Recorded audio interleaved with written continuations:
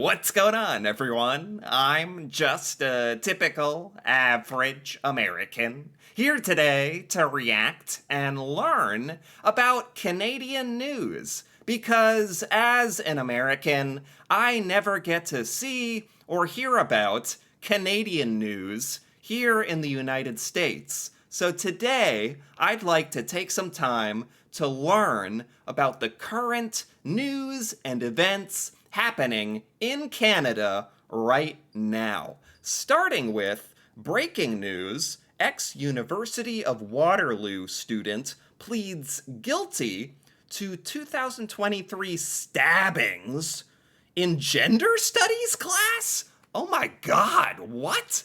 This was in 2023? I never heard about this. What the heck? Stabbings in class? In college or university? Like during class, someone got stabbed. And this happened a year ago. I never heard about this. See, I can't believe some of the news stories that don't make their way into the United States. This must have been huge news. So what is this? This is like the trial or court case for this is going on now. A former University of Waterloo, where is that? Ontario, University of Waterloo, student who faced attempted murder and terror charges pled guilty to aggravated assault. Well, yeah, stabbing? Yeah, oh my god. Yeah, they pled guilty to aggravated assault, assault causing bodily harm, and assault with a weapon related to the classroom stabbings of an instructor and two students in June 2023. I never heard about this. So I guess no one died, thank goodness.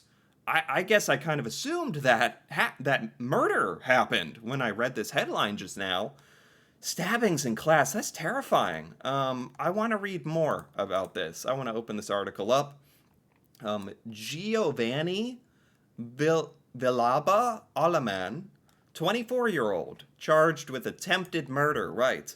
Why did he do this? I know that's kind of like a strange question, because it's like, someone who's trying to go to college class or university and stab people to death, like, clearly isn't in their right mind, and who cares what their motive is when they're performing such an act of evil, but you can't help but be a little curious, like, what were they thinking? A former University of Waterloo student pled guilty for charges.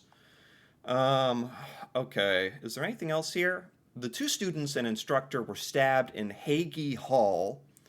Is that like a classroom? Police called it a hate-motivated incident related to gender expression and gender identity. Is this the person? This is Giovanni? Right here. Imagine. This guy showing up to your classroom trying to stab you. Pretty scary. Did they come up with like a sentence yet? Or this was just him pleading guilty? He was on court Monday. He asked the judge to explain each of the four charges? Explain the charges? Why don't you explain why you were at class stabbing people? How about that? Anyway, it's good to see that he's pled guilty. I hope justice becomes of this. I'm glad no one was killed. That's a miracle. All right, what a way to start. The news in Canada. It's really quite crazy because I've said this before. Us Americans have like kind of an idea in our mind, a picture of like what Canadian life is like, and we picture it as like very peaceful and innocent, and I think it would shock a lot of Americans, like it has shocked me, that when you actually dive a little bit into the Canadian news, sadly, a lot of the same crimes and horrible situations that happen regularly, if I can speak, that happen regularly here in the United States also happen in Canada. We just never hear about it. So it's pretty eye-opening, actually. Not that there's anything like, nothing against Canada, you know, it's like Canada is just full of people. Canada is, in fact, normal, like every country in the world, where crime does, unfortunately, happen because we are only human. But yeah, I think a lot of Americans have this picture of Canada of like this this utopia where nothing bad ever happens, which is honestly unrealistic, you know? And I read articles like this sometimes when I look at the Canadian news. And this week, sure enough, um, crime I didn't even know was committed last year. Stabbings in the university. So unusual that I'm surprised I didn't hear about that when it happened. Wow. Okay, let's keep going. Hundreds of Alberta evacuees still in hotels and temporary accommodations after 2023 wildfires. Oh, this has to do with the wildfires in Canada. People are still, oh my God, people in Alberta are having to like live in hotels because like their house might have burned down or something like that. This is also very sad. Um, this is something that I did hear about last year. A lot of Americans, actually. Speaking of which, funny enough, a news story that Americans are aware of last year is the Canadian wildfires because it affected the United States, and Americans were like, what's going on here? A lot of us Americans don't know what a big problem it is in Canada. And I didn't know that people in Canada and Alberta, thousands of Albertans temporarily leaving their homes, hundreds of them are still grappling with the effects of last year's wildfires, having no home to return to. That's very sad. That's beyond sad. I hope the Canadian government is like doing stuff to help these Canadians out. Like, there's got to be some kind of government assistance going on. I hope. I hope. They lost more than 200 structures, 100 homes, a grocery store. This was the northern Alberta community of Fox Lake, which was the hardest hit. And there's a lot of citizens of this community still without a home. Man, I can't even imagine how scary and frustrating that must be. More than a year later, many residents have returned to Fox Lake, but hundreds are still living elsewhere. Very sad story that doesn't really sound like it has much of a resolution yet. It's just letting us know that this is still a problem, and I'm glad that it's letting me know because that is very sad and it sounds like it needs attention, and these people need help. Wow, is there gonna be any good news this week in Canadian news? That is the question, isn't it? Yellowknife woman identified a U.S. fugitive wanted in a deadly crash? Really? In a 1994? This like a 30-year-old, like, deadly car crash? Yellowknife woman identified? A U.S. woman committed this crime and they were identified in Yellowknife? For like a crime they did 30 years ago? Is that right? Wow. Well, I'm glad they caught her then. What? Canadian Paralympic gold medalist Nate Reish chases world record as tune-up for Paris. Oh, wow. There's a Canadian Paralympic gold medalist. I didn't know about him. Nate Reish? And he might be, like, accomplishing a world record. What event is he in? He looks like he's running. This is the Paralympics, huh? Aiming to shatter own mark at a meet Tuesday. Amazing. Incredible. That's awesome. Good for him. What else do we have here? Canada's first full-scale free grocery store. What? Huh? Am I reading this correctly? Free grocery store to open in Regina. I am very curious. I can't help myself. What is this? I wouldn't mind a free grocery store. That sounds good to me. But is this like a community outreach program? Regina's Food Bank, new community food hub, give clients a choice. This is to help out people in need. Oh, look, KD. Isn't that what Canadians call macaroni and cheese? Kraft dinner? Isn't that right? Look at that. There it is. How fun. And also fun and necessary for the people who need this service.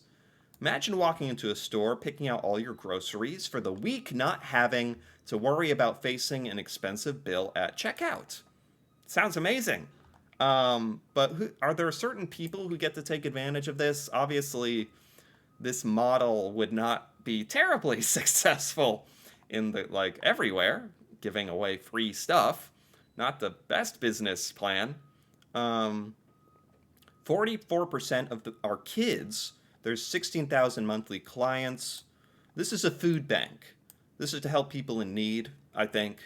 Fantastic. Absolutely amazing. Helping, opening up the doors for groceries to those in need. That's great. That's like, there we go. That's like the first uplifting news that we've had for this week in Canada. This free grocery store in Regina. Very cool. There are weather delays searching for climbers missing in British Columbia. Ah, man, man, climbers missing in British Columbia, and the search for them is being delayed. That's terrifying. What else do we have here? I'm just kind of perusing the headlines, picking out things that sound interesting to me. Um, Investors reshaped Canadian home real estate. Ah, no. I'm not sure what that means. That's I don't know why. I don't know if we want to jump into the Canadian real estate finance market right now. Let's keep it a little less dense than that. What else do we have here? Exhausted Hamilton residents dealing with nightmare noise next door says pleas to the city and police are going unheard. What is this? Where is Hamilton? What is this? Hamilton residents dealing with a nightmare noise. Well, I think everyone has had an experience living in like an apartment building or maybe even in your neighborhood where you have bad neighbors who are like, I don't know, juggling bowling balls at midnight, it sounds like sometimes, with the weird noises that neighbors make. And Hamilton residents, what is this nightmare noise they're dealing with? People across Canada have gone to great lengths to fight noise from neighbors. Yeah, yeah. Okay. This guy, Patrick Flynn, says the couple in the row house next door are unreasonably loud and keep him up at night.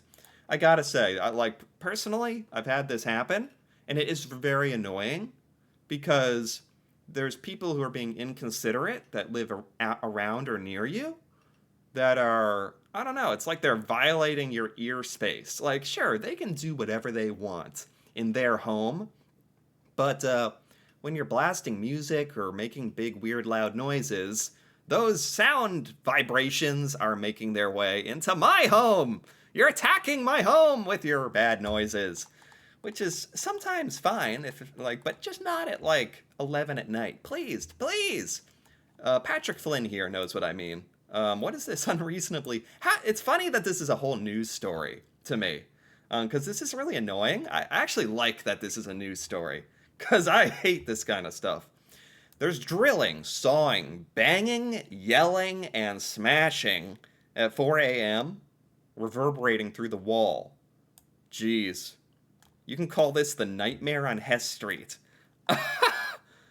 Oh my god, we have the right to live peacefully. Man, it's funny, like it makes you laugh, but it's really a nightmare. He's right. There's no authority willing to help. Man, that's so annoying when it's like, what do you do in that situation? And what are they building over there, by the way, in their house? What are they building? With all these crazy noises, sawing and yelling and drilling? Can someone go check out what they're making over there? Like a fusion reactor or something? I don't know. At times it's like if it's not against the law to make annoying noises in the middle of the night and deprive people of sleep, what do you do? It's like you gotta go on the offensive. You gotta bust out your own like trumpet. You gotta buy a trumpet and like just blast it as loud as you can in at a different hour of the day when they're sleeping. You know, you gotta. I don't know. I'm joking, but I don't know what you do. That's really annoying. Funny that's in the Canadian news to me. What else do we have here? Let's scroll down a little bit. Cannabis use among seniors rising. So are ER visits. Cannabis use, yeah, cannabis. I think that would rise amongst the American population, the American senior population too. It's decriminalized in Canada, right? It's not against the law. You can use cannabis in some American states, and it can help people with like certain pain and sleep deprivation. It can help you with that, I know. Um, why the ER visits though? What does that mean? More seniors landing in the ER for cannabis poisoning. Oh, cannabis poisoning. I've not heard about this.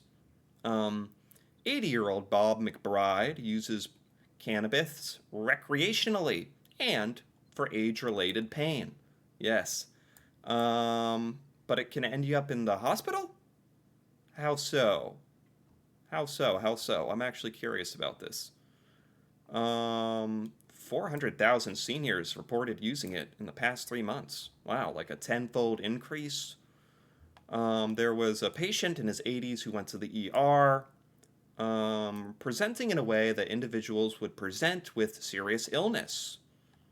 What, because of the cannabis gummies? Or when, I think when people think about cannabis poisoning, they think about someone who's giddy, euphoric, maybe hungry. I don't think many people know this as someone who's ill. Really? You can get cannabis poisoning. I didn't know that, to be completely honest. Wow. Very Canadian. All right. Interesting. I hope he's okay. Be careful out there. I think if you're a cannabis user, be careful. What else do we have here? Let's scroll down a little bit. Two-thirds of Canadians have experienced traumatic events in their life. Well, yeah. What? How is this a news story? Study finds. Well, yeah. I don't know, like, that's called life. You experience traumatic events. If you never experienced a traumatic event in your entire life, then you are not living. I'm sure this article has a point, but I don't know. If you were just happy and euphoric all the time, none of it would mean anything. None of it would be special.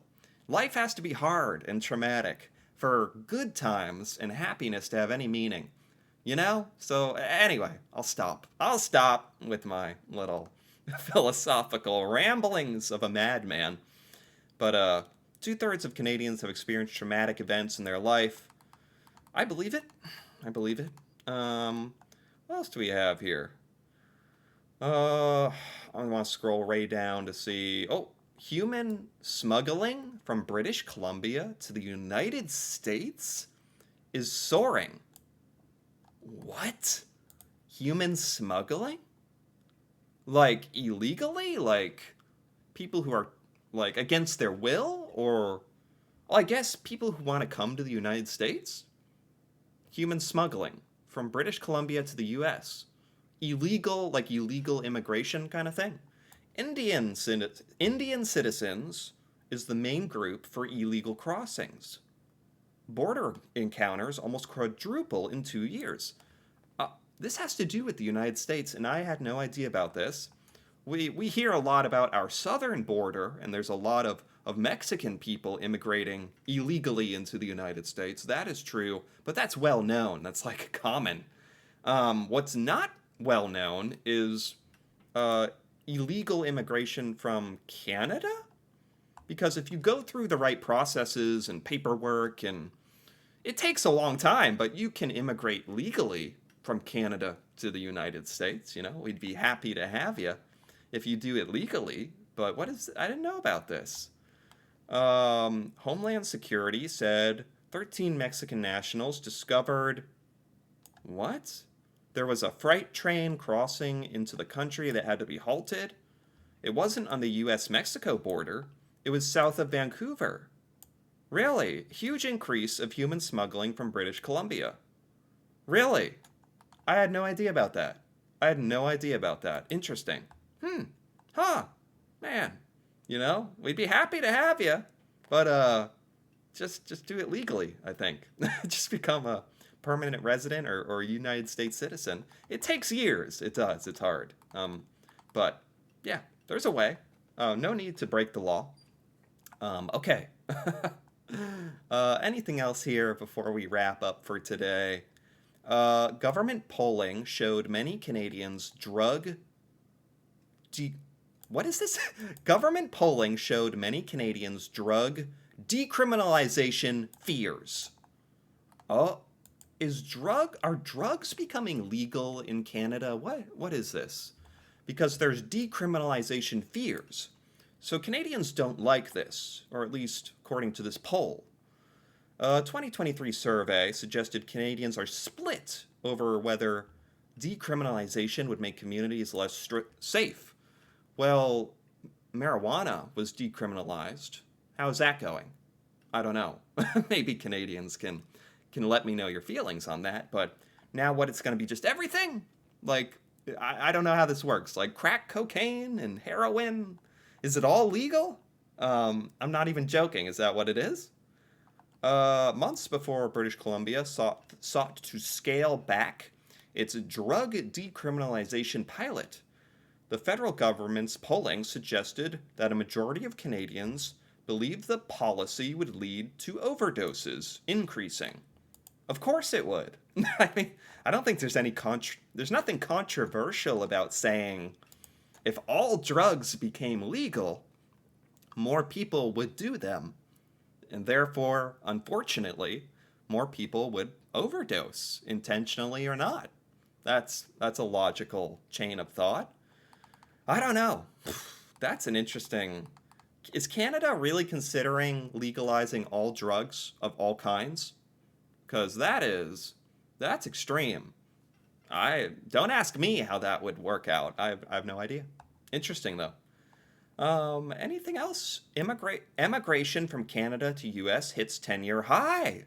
Tens of thousands headed south. Wow. So a lot of Canadians are immigrating to the United States.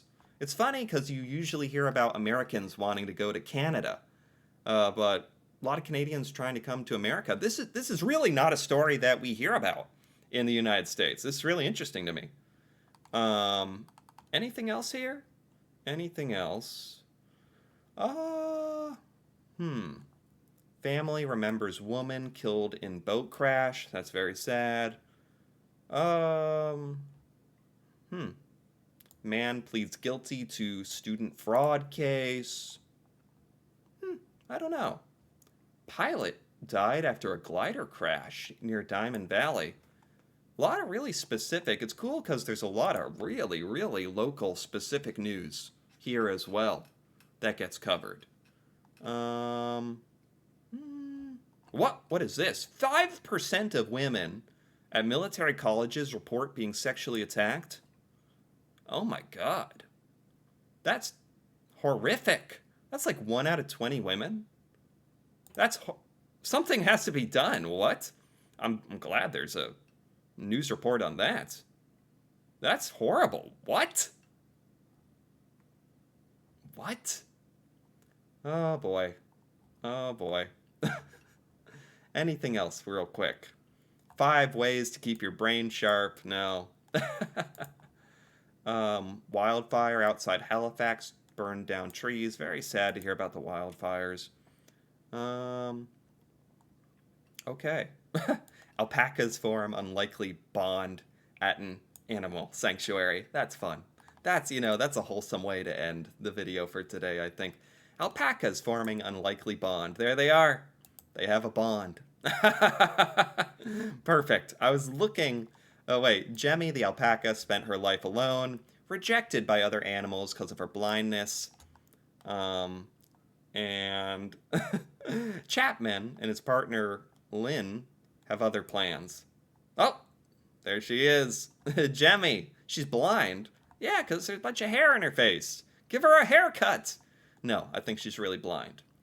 And now what? She has a friend? There we go. Perfect. I just wanted one uplifting story before the end. And there we have it. Interesting week for news in Canada. A lot of troubling things going on, but I think that's just the news for you, with a couple uplifting stories in there. So I do enjoy staying up to date on what's happening in Canada, because there were quite a few things here that I think I should have known about, that I didn't, which is concerning. And this is like the only way I ever would have learned about it. So for that reason, I enjoyed this. Anyway, if you enjoyed this as well, feel free to give this video a like or leave a comment with your thoughts on any of the news this week or any Canadian news I might have missed that's very important. That'd be fantastic to hear about. And if you're interested in more videos like this, me reacting to Canada and Canadian culture and learning things about Canada for the first time, feel free to subscribe for more. And until then, thanks for watching and see you next time.